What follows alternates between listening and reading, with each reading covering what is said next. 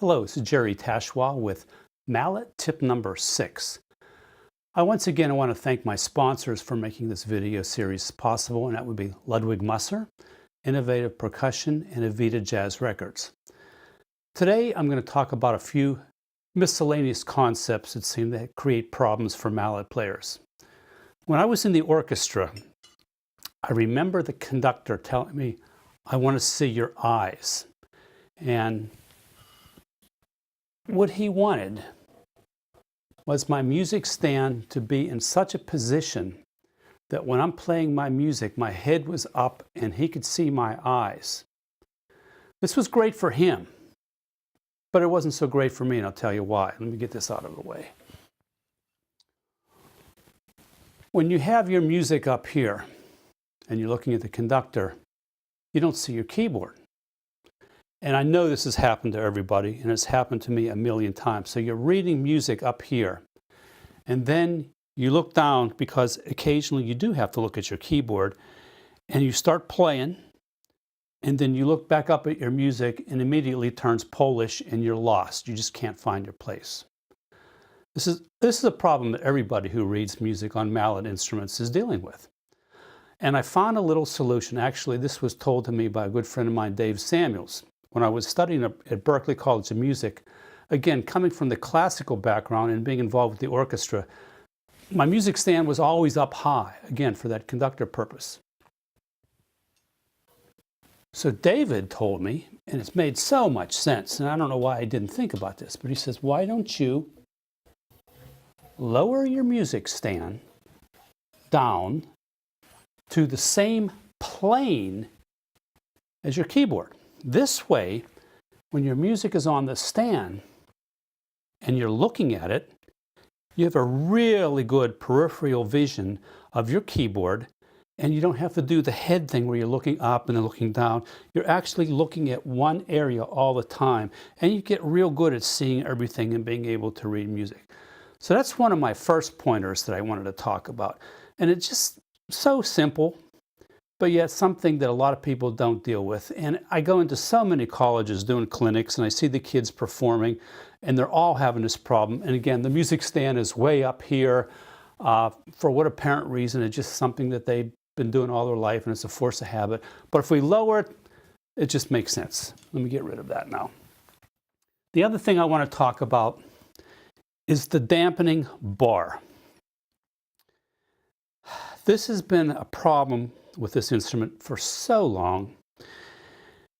The Musser company makes great instruments, and occasionally they get shipments of felt, which is what these dampening bars originally were made of, felt.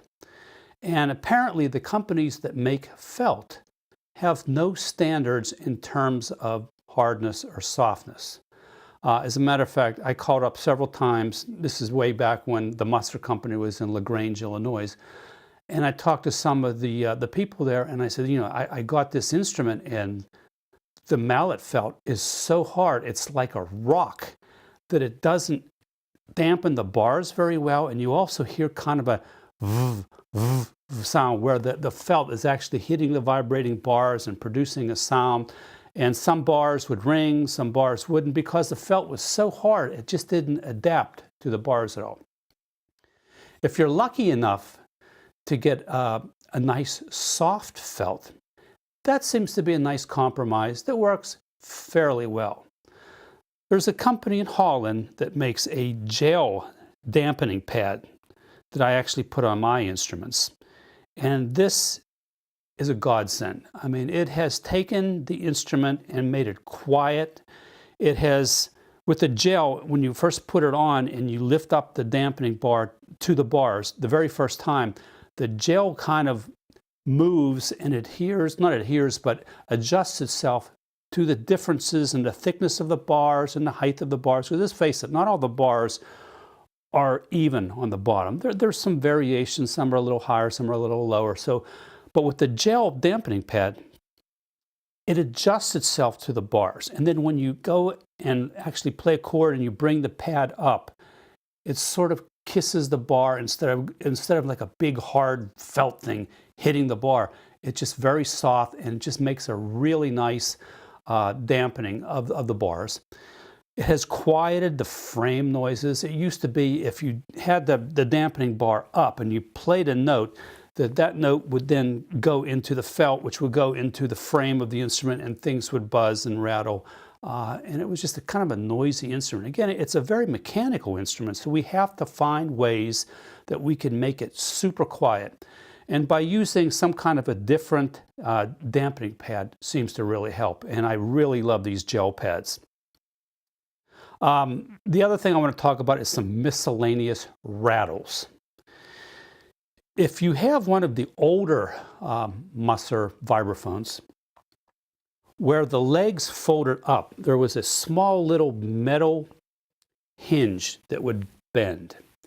And in that hinge was a little button that kind of would lock it in place, and then you'd push the button and then the legs would open and close. That little button is notorious for having a vibration. And I found ways to deal with it, and in my little arsenal of stuff that I take with me when I do recording sessions where you need a very quiet instrument, I have a little bit of string and also some dental floss. And what I did was I just take that little button that you push to make that bracket move, and I just wrapped some string or dental floss around it, and it seemed to cushion it and made that vibration go away. On the newer instruments now, they have what's called these embraces. And the embraces are just, they hook to the frame and they go down to the crossbar, and they're very sturdy, and they really support the instrument a lot better than the original older Mussers that had that little bracket that I mentioned earlier. So with that, you have an issue where you satisfy that vibration with the embraces. Other vibrations occur sometimes on this door hinge for this Musser instrument, that this thing will tend to vibrate. Now they're putting a little piece of felt on the inside, and that's kind of making it a lot better. Where the dampener bar connects at the hinges to the frame. On some of the older instruments, it's just a little metal pin that sticks out here, and it goes into a hole. And what happens is it's metal against metal. So as it turns, the metal gets wore out, and then it starts to just kind of squeak and make noise and rattle. And actually, after years, it'll really wear out to the point where it's not even round anymore. It's kind of egg-shaped, and when you push the pedal, you get a lot of clicking. So one way around that is to take Vaseline, not a WD-40 that's a liquid, but something that's going to like last for a little while. A little bit of Vaseline seems to work really well. And you put it on those hinges right there, and it seems to take care of it. Now, on the newer instruments, at my suggestion, they put a little nylon bushing in there. And this nylon bushing, again, makes a world of difference in terms of quieting the instrument. So that hinge now is not metal against metal, but it has that little nylon spacer in there that really helps. Again, I still put a little bit of the Vaseline on there to keep it quiet. Below the instrument, where the pedal rod comes up, and it actually has a little eye hook and a little hook that you, spring-loaded hook that you put on underneath to connect the rod to the actual dampener bar, needs to be lubricated as well. Again, a little bit of Vaseline right there will prevent that from squeaking. All the hinges that are associated with the pedal, a lot of them are so tight that you really can't get in there and apply like Vaseline. So that's where you'll have to spray a little WD-40 or some kind of a liquid penetrant that'll go in there and just kind of keep it lubricated so it won't make noise. On the resonators are held together by little rivets. And when you get a new instrument, it's fairly tight and you don't really need to worry. But as you travel with your instrument and they get bumped around and moving in cars and things like that, sometimes these rivets come loose. In a real quick way, if you don't have any kind of tools to deal with it, usually you can take a pair of pliers and you can like squeeze the rivet to make it tighter. But if you don't, again, if you take a little bit of that string and tie it around the outside of the rivet, just wrapping it around the rivet, it'll quiet that. The rubber insulators on each one of these posts that holds the bars is another issue. Several years ago, and this is probably this is in the 70s and 80s, Musser made, it was a harder rubber, and it seemed to work very well. However, it had sulfur in it, and apparently the sulfur in the rubber put yellow stains on bars, especially the silver aluminum bars. It had these yellow stains, and people, I guess, were complaining about it.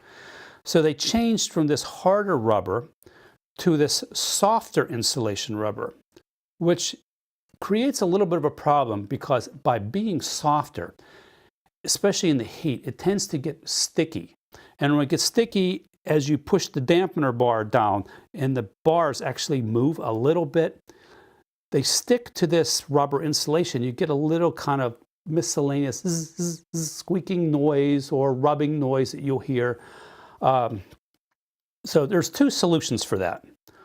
One is I've taken, well actually there's three solutions. I've taken some WD-40 on a rag and I went and I did all of the rubber insulations to kind of just coat them with something to give them a little bit of lubricant. If that doesn't work, I also took like a talcum powder. And again, I would put it on a rag and I would just go ahead and add this talcum powder to all these little rubber insulations, and that seemed to help for a while. Again, these are sort of temporary fixes. But then, as the years progressed, I found that if I went to a car parts store and found rubber tubing that is the same size, I took a couple of these with me, that's the same size as these rubber insulations, and I replaced it, it seemed to do a little bit better. So that has been a problem of some noise. Anyway, as you go to record, you'll find out that you have to have an instrument that's ready to go. I'm very fortunate that I have several instruments, and I keep one recording ready at all times. In other words, I make sure that this instrument is quiet, that there's no noises going on and buzzes and clicks and shakes and rattles or whatever, and I keep it ready to record.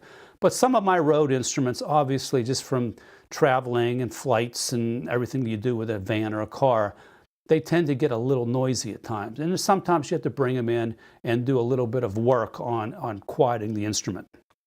One other thing I want to talk about in this little tip is the problem we're dealing with tuning. The standard in the United States has always been A equals 440. Guitars tuned to 440, pianos tuned to 440, most orchestras tuned to 440, synthesizers are tuned to 440. A few years ago, the other company that makes vibraphones, for what apparent reason, they decided that 442, which I'm believing is a European standard, but they decided they were going to start tuning all their instruments to 442 to give it a little bit, what they thought was a little bit brighter edge. Not that I would ever want another brighter edge, but anyway, that became their standard.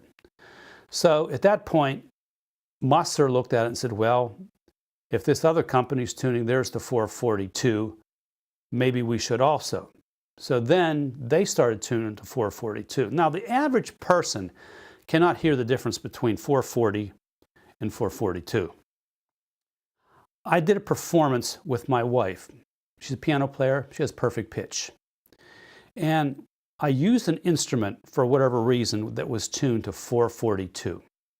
As we were playing, we took a break and I asked her, I said, you seem to be struggling today. You're not playing your usual great self. What's going on? And she said, I'm hearing you play and I can't discern where you're going. It's like you're playing in the cracks. I'm hearing the frequency, but and I informed her, well, this instrument is tuned to 442. And that was just enough for her to be slightly confused by what was going on. Now, if you take two instruments, one tuned to 440, one 442, and you play them in unison, then you're going to hear a little bit of a problem. So we need to decide what we're going to do with that. Now, again, I live in the United States, predominantly perform in the United States. My standard of tuning for my instruments is 440. And every time I order an instrument or deal with an instrument, I make sure it is a 440 instrument. And you can custom order a 440 instrument from Musser just by placing the order and specifying that. And it all depends on where you're going to do. If you're going to travel to Europe a lot, then maybe you need a set of bars that are tuned to 442. If you're just primarily playing in the United States, then your 440 instrument should be the one that you have and keep with you all the time. So these are little issues that we have to deal with all the time. The tuning thing has kind of become a little bit of a drag, and I'm not sure, I don't obviously have the clout to make any kind of decision on that, but again, you do have the option. You can go ahead and order an instrument, either 440 or 442. So anyway, that was my tips for today. I hope it gives you some more information on just the things that we're talking about. I'll have some more tips, so look for tip number 7 coming up fairly soon. Thank you so much.